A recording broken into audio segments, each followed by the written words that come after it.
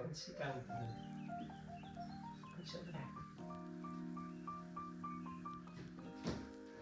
Okay, so let's go through the movements for this post-skate session, mobility session. Apologies for my dog wandering in front of the camera. Look, there she is. So we're starting off, the whole point of these sessions, or these movements, is to get the body to relax. Whenever you go skating, there's compression, there's impacts, your nervous system responds to that, so we need to be able to breathe easy throughout everything. So starting off with these slow body rolls.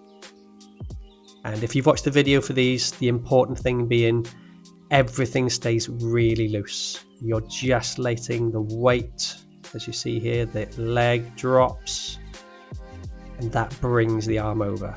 And then reverse, arm drops and brings the leg over. We're not trying to move the joints.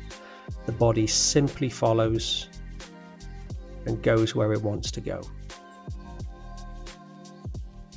Really easy breathing, ideally all through the nose. 5 on one side, swap legs, 5 on the other side. The only tip I'm going to give you here is the leg that's straight, the leg that's on the floor, keep it straight. Not locked, but you don't want it to bend particularly. We're just allowing the upper body to roll first and the lower body just to follow.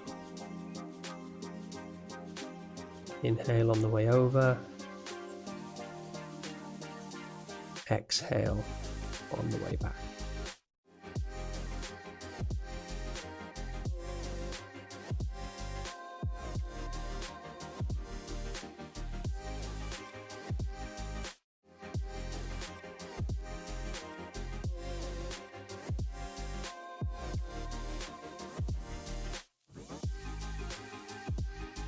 On to the next movement, our hip 90-90 transitions. If you have stiff, tight hips, you basically can't do this movement enough.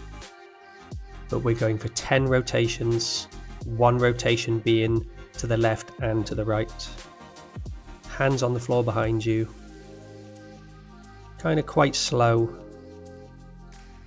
Pause at the end of each one a little bit, rotate the upper body a little bit. You're just trying to work out and discover areas where your hips feel particularly tight, and just hang around there a little bit longer.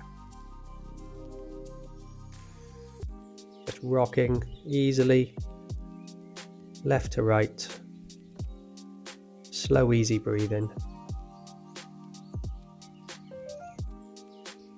On to movement 3. This is where you're going to need your books or something under your heels. You could use your skateboard if you want to.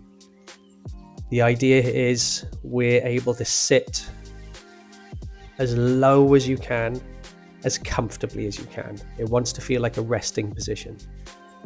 If there's any stiffness or tightness, raise your heels more.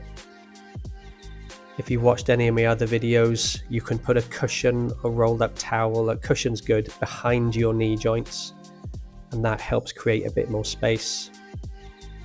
But as you're sitting resting here, just shifting your weight onto the left, onto the right.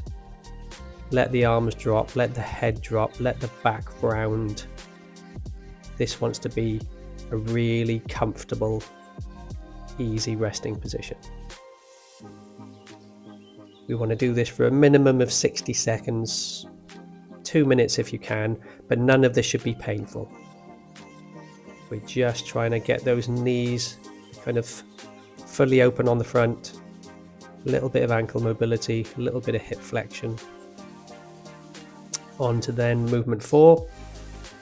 Cushion here. I'm doing this up against the wall just because it's easier to show you, but the couch stretch variation you see in the previous video is using a couch, hence the name. But remember, the focus here is not sitting upright. That's not the goal. The goal is to be able to stretch the front of the hip, the front of the thigh, and you're also getting a little stretch in the ankle. So in this position, I'm trying to tuck my butt underneath, basically trying to squeeze the butt of my leg that's bent behind me, and that's going to give you more of a stretch through the front of the leg. This one, you're more likely to hold your breath because for most of this is a very tight position. So only go into a position that allows you to breathe slowly, comfortably. This will be uncomfortable, but shouldn't be making you feel like you want to cry just yet. But holding each leg, again, 60 seconds. And you can see throughout this how I'm starting to sit up a little bit more just through doing that breathing and squeezing. So 60 seconds on one leg, and you'll see immediately how my left leg is tighter.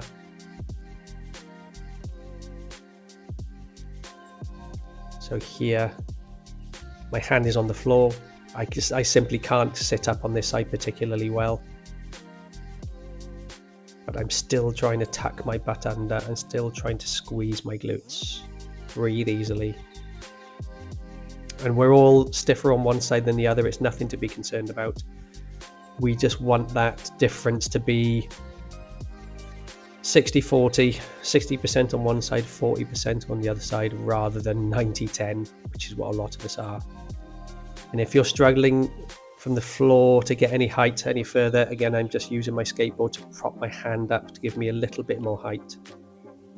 But again, I'm really feeling this on the front of that left leg, the leg that's up against the wall, and the front of my hip on that same leg.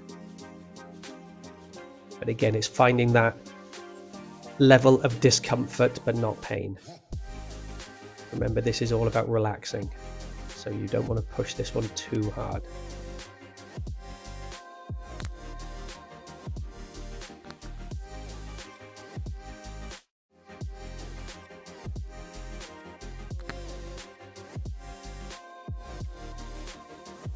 Okay, when you come out of this one, you might just want to stand up and shake the legs off a little first.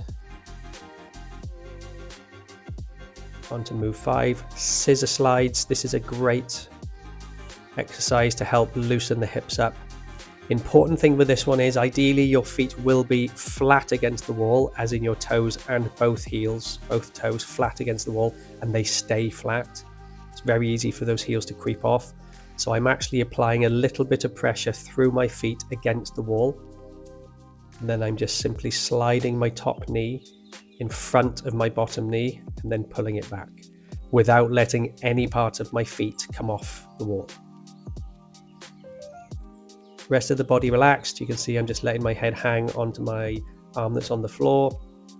And we're going for 10 slides. So 1 forwards, 1 backwards is 1 rep. This is one of those exercises that almost looks too easy. And how can this possibly do something? But because we're getting the pelvis to move in a way that skateboarding and a lot of day-to-day things don't allow, we're just trying to reintroduce this motion through the hip, which can take the stress off the lower back. Again, heels, feet, toes flat up against the wall, slight pressure into the wall. Easy breathing as you slide that knee forwards and back.